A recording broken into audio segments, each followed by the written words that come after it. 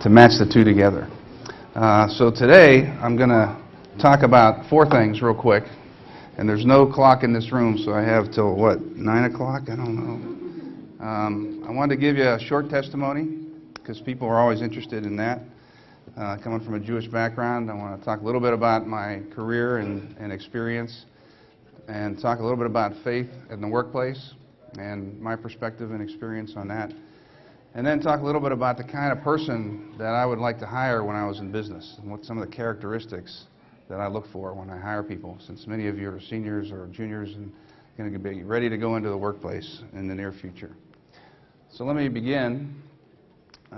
Just testimony. As Bob said, I was adopted into a Jewish family, raised Jewish in the traditional way. I was bar mitzvahed at the age of 13, did a 2-hour service in Hebrew at the age of 13. Went to College of Jewish Studies afterwards, so I was brought up really kind of experienced in God, knew God well, had a great relationship with the Lord, had a good prayer life, knew the Old Testament scriptures pretty well, and I can thank my parents and upbringing for that. I met Charmaine in 8th grade. I knew I wanted to marry her then. It just took me a while to plan it out as to the exact moments and time. We started dating when we were in college, and she was in college and I was in college. And we got married by a judge at the University of Pittsburgh campus, and she was raised Methodist, very liberal church, and I was raised Jewish, so we kind of agreed to disagree on terms of spiritual life. I'd go to church on Easter and Christmas, and she'd go to the house for Passover, Seder, and go to the high holiday service in the synagogue, and that was about it. And then we had, I was in graduate school when she became pregnant with our first daughter. And what an exciting time that was. When you're in graduate school and all of a sudden you got another baby coming, right? But the real stress for me was, what am I going to do to teach her about God when we were not consistent in our own beliefs? So we moved to, my first job was in Columbus, Ohio, for Federated Department Stores, and I was searching for a way that we could worship and we could teach Melanie about God. And we grew up in the 60s and 70s and very liberal, and we wanted to let her choose, you know. We just give her exposure and let her choose. But how do you give her exposure when you're so different? But I ended up going to a synagogue on the Ohio State's campus called Beth Messiah, and it was a small offshoot of the campus, about 20 people, Jewish people that believed in Christ, and also some Christian people that had a heart for the Jewish folks. And went there in my 3-piece suit, and they were all in cutoffs and flannel shirts and stuff, and they told me later they thought I'd never come back. But the pastor was in his prayer kippah, his prayer shawl, looked like a Jewish guy, sounded like a Jewish guy, but he was preaching from the New Testament. So after the service, some of the folks there gave me their testimony, encouraged me to read the New Testament, which to me would be like if somebody came up to you and said, you got to read the Bhagavad Gita or the Quran or the Book of Mormon or something. So I said, what does that have to do with me? But I said, okay, I'll read it. And lo and behold, it actually had something to do with Jewish people in the New Testament. I don't know if you knew that or not, but it's amazing how many Jewish people were in there. And it talked about Jewish culture and lots of stuff. So I studied Matthew and Galatians and Hebrews and Romans, and really kind of saw a whole different picture. And what I was told was Jesus was a guy who had some good philosophical statements, but really, you know, he was just a man who had some nice things to say. And what I saw was a person that was pretty controversial. He had some amazing things to say and amazing claims, and claimed to be the Son of God. And as I looked at it, I said, he either has to be a lunatic, you know, or he has to be who he claimed to be. So I went back and studied prophecy in the Old Testament, went back and studied all 330 prophecies about the Messiah in the Old Testament, and Jesus fulfilled every one. And it was amazing to me. And I saw a consistency between the Old and the New Testament. So we had a prayer vigil at Beth Messiah, and it was Yom Kippur, and so everybody in the little synagogue there was taking a half-hour of prayer. And so I took a half hour and I went to pray, and I prayed that night, and I said to God, and I said, you know, I always knew you existed. I always believed in you. I always believed in your word, and believed in what your word had to say. And there's 300 prophecies that say that Jesus is the Messiah. And the New Testament, when I read that, it's consistent with the Old Testament. It's the same God pictured in both Testaments. So that night, for the first time, I prayed to Jesus. I said, Jesus, if you are the Son of God and you are the Messiah, then you tell me. And ever since that night, I have never doubted in terms of who he was, because he made it known to me that he was the Messiah and is the Son of God and the only way. And I always kind of believed in blood sacrifice for sin. You know, it was in Genesis, and it's in the temple. The struggle I had was in the triune God, because the statement in Judaism is, Hear, O Israel, the Lord our God, the Lord is one. And as I looked at Scripture and I saw verses like in Genesis, let us make man in our image. In Psalm 110, it talks about, David says, the Lord said to my Lord. There's different places where you can see the triunity of God in the Old Testament. So over time, it was a great experience. We stayed at Beth Messiah for a few years, and then my family kind of reacted in different ways. You know, I had an uncle who was a rabbi, and he said he never spoke to me again. We were pretty close, but after I converted to Christianity, he never spoke to me again. My parents, you know, didn't really enjoy the fact that I became a Christian, but over the years, they tended to like me a lot better as a Christian than they did before. I was a lot, they could see a change in my life. I was a lot more selfish before and afterwards, and to this day now, when they have difficulty in their home, even though they're not saved and don't know Jesus, they call us for prayer whenever they're having difficulty, because they feel like we have a connection to the Lord. And they've seen prayers that we've offered up and for their sake come true. So lastly, I just wanted to tell you one quick story. When we left Columbus, we went to Dayton, Ohio. Dayton, Ohio didn't have a Messianic congregation of Jewish believers. So I struggled to find a church that I felt comfortable in. I was comfortable in a synagogue. So we went to 4 different churches. 2 of them had me get up and give my testimony the day I visited, because they'd never seen a Jewish believer before. And boy, it's noisy back there. And so we went to, somebody told us about this church that we hadn't visited yet, in Washington Heights Baptist Church. And that church was kind of a church that we had never heard of before, but again, somebody told us to go, so we put the kids in the nursery, went in, picked up the bulletin, and the bulletin said, what's a nice Jewish boy like you doing in a place like this? And the pastor was talking about Daniel in Babylon. And I said, Charmaine, you got to look at this. And it ended up being the best church experience that we've had.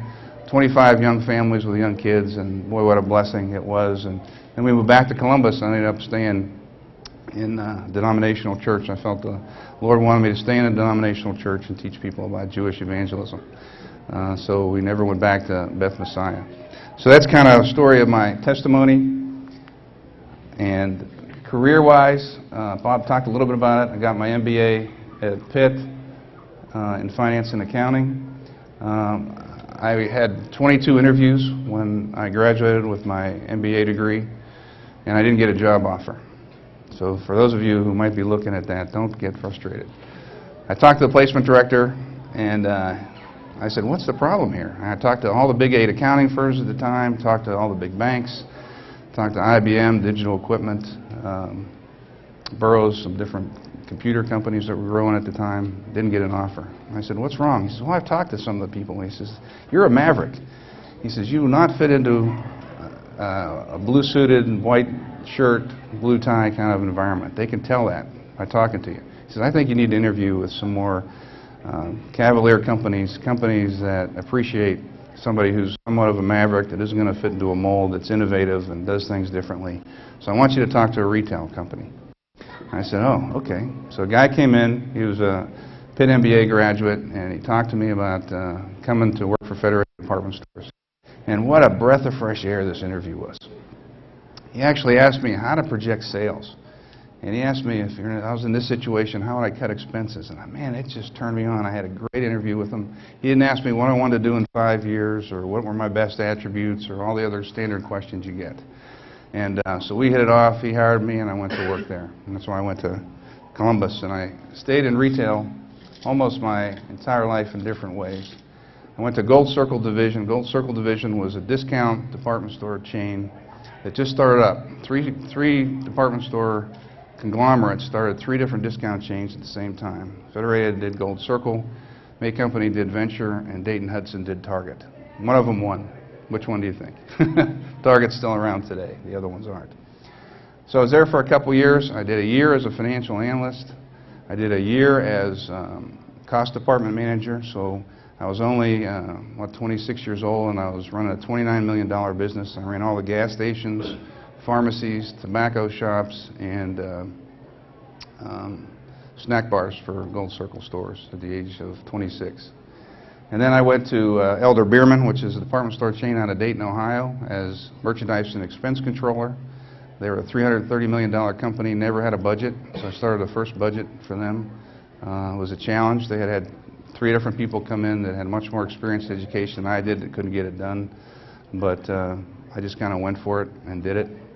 Metropolitan Stores was a small company out of Dayton, Ohio, so I was 29. I was CFO of the company, and they had 7 stores in Dayton and Cincinnati area.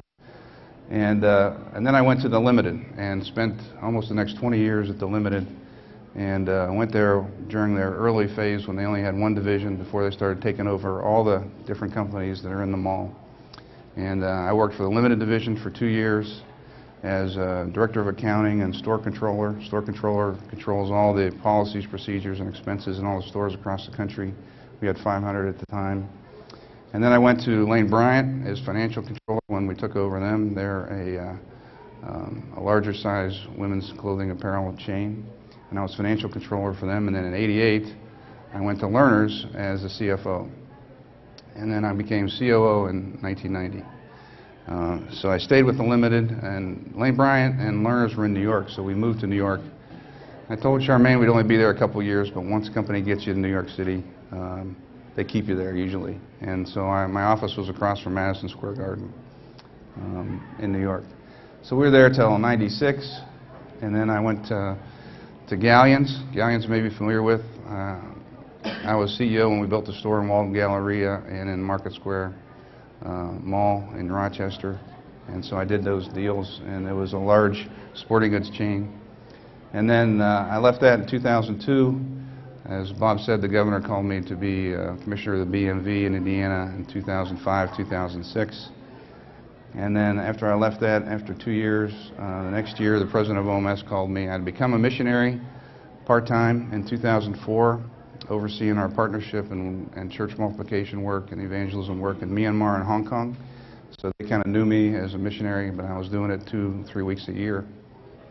And they asked me to come on board full-time as executive director for all the Homeland Ministries in OMS. So that's kind of a history of my background, and I think what I really enjoyed, I mentioned that early responsibility that I had in retail. The theme I probably had in my career was that I had kind of an uncanny confidence, and I wanted to try as many things as I could try. And you saw I had a lot of different jobs and companies that I worked for early in life, and all I did was seek out the ability to learn new things, to have as much responsibility as I could garner and have as much impact on whatever company I was working for. I never cared about title. I never cared about salary. All I wanted was experience, exposure, and responsibility. And I figured that all the salary stuff and all the other stuff would come later. And it kind of worked. But that's all I looked for, you know, those first 5-6 years of my career. The other thing, I put people down there because there was a point in time when my whole perspective on doing business and my job changed. And it was when I became a financial controller at Lane Bryant. And each of my other jobs, I could pretty much manage my job by managing myself. And if I could be really good at what I did, and I could be really knowledgeable and intelligent about how I was going about it, then I could be successful. But when I became financial controller was when I went from a staff of about 10 people reporting to me to a staff of 80. And as I was transitioning there, and the CFO at the time I reported to could see that I was struggling a little bit. He taught me one thing. He says, you know, you're at a point where your career has grown to a point where 100% of your success is not going to be dependent on your own ability, but on your ability to hire and motivate people and to bring them together as a team. And I think everybody in their business career comes to that point where if somebody could teach you that, and you realize that, then my whole focus was not on developing my own experience, my own ability to have knowledge and impact, but on hiring the best people that I could possibly hire and to unite them